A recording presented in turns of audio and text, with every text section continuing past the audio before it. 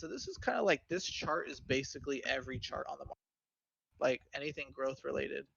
They break down, they try to go and test resistance, like this one. PLTR, another one that I like that I'm considering buying in if they break down below support. They broke down, they tested resistance. Now they've just been hanging out here for a while. These guys report earnings next week, so I would keep an eye on them. Now they're at a really significant support line, which is basically like this breakout range originally, and now it's support. So they're basically on the edge of death, is what that looks like. So if they break below this, RSI is still pretty high. If you look at the MACD, it crossed over right here.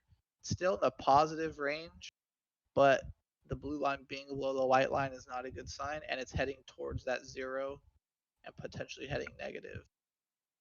So that you see the green was positive indicator, it goes red, that's a negative indicator, and everything is headed downward, which is not what you see. So let me. So we have PLTR was a SPAC, so the lowest they were at was $10. I guess $8 there.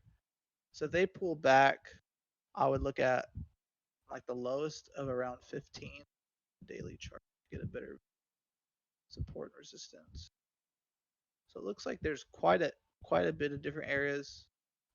So around $17 is going to be a support if they break below this, around this $20. And then the next one from there is basically this $15 to $17 range is going to be a lot of support. And so we see on the daily we're getting RSI's getting pretty close to negative, which is good on the daily compared to the weekly. We're in negative territory already. We've been there for a while. But this blue line just recently broke below the white line. So if this blue line starts to, let me zoom in a little.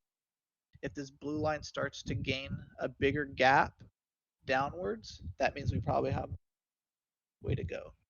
So XPEV, NEO, and PLTR, these are all stocks I'll be looking at if they break support and try to look for a new bottom that they find at the different